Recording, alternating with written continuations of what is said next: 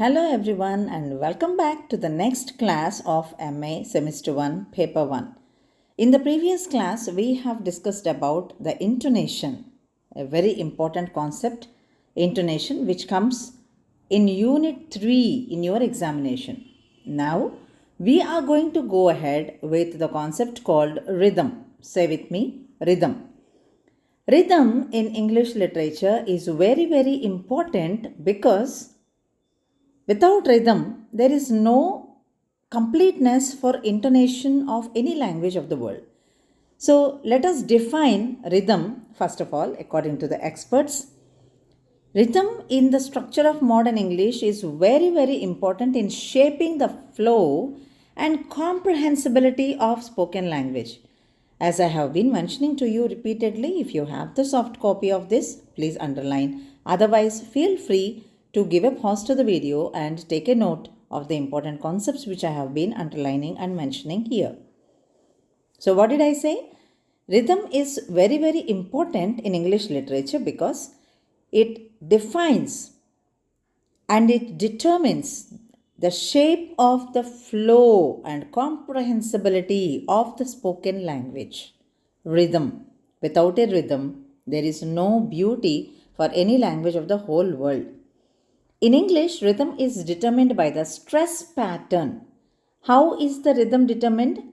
By the stress patterns within the words and phrases. Hope you know the difference between the words, the phrases, and the sentences. Words are individual words. Some words put together may not be complete sentence, but it gives some meaning, is called a phrase. And few such words put together in a complete meaning and a sense is called a sentence, and few sentences together make a writing or a discourse or a paragraph.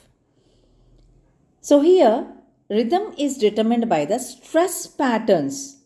If you have been following my classes, you might have noticed clear stress pattern and clear intonation while I am saying the words or speaking. The stress pattern of every word is very important, which determines the rhythm. One key aspect of rhythm in connected speech, you observe the term connected speech. It must be connected, otherwise, individual words don't make it a speech. Yes.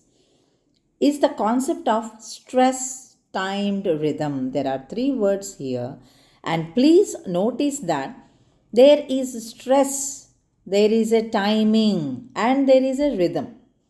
Unlike the syllable timed languages where each syllable receives equal stress and timing, you may consider Tamil, Indian languages, or Telugu. Some words have equal stress gaining. That means the words will receive equal stress at equal timing. Whereas English is not a language with the syllable timed language. It is a stressed timed rhythm. How? Let me explain. The syllable receives equal stress and timing, whereas English is stress timed, meaning that stressed syllables occur at regular intervals. What is called timing? 1, 2, 3, 4 is called a timing in drumbeat. In the same manner, the stressed syllables occur at regular intervals in English. That is the contrasting feature which I am trying to convey to you. While unstressed syllables are shortened or even elided, which means ignored. Now, let me give you an example of unstressed syllable being ignored or shortened. See, WRITTEN. What do you say? According to your knowledge of English, you say it as written, or I don't know. But the actual way how the native English speakers say it as written, they don't say that E before N. Why? What's happening to that E? Because it is unstressed, it can be shortened or elided. Hope you understood. This creates a rhythmic pattern where stressed syllables are more prominent and contribute to the overall cadence of the speech. You should know the beauty of English language lies in the stressed syllables being occurred at a frequent and repeated and regular timing. Overall cadence of the speech means overall standard of the speech. Furthermore, the structure of modern English particularly is its tendency towards the subject, verb, object, word order. You can underline this or take a note of this, which is very important. Subject, verb, object, word order. In some languages, when we translate English into the other Indian languages, the translators quite often feel it very, very difficult to give the complete meaning just because of this peculiar characteristic of subject, verb, object, word order. Let me give you an example. The child is sitting at the table. The child, subject, sitting, verb, at the table, the object, which cannot be translated exactly in the same order in the other Indian language. That is the peculiarity and the contrasting feature of English literature, which comes under the structure of modern English.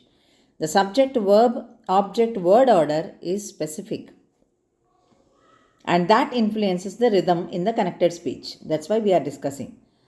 So, function words such as articles, prepositions, the conjunctions are often unstressed. Suppose the child is sitting at the table.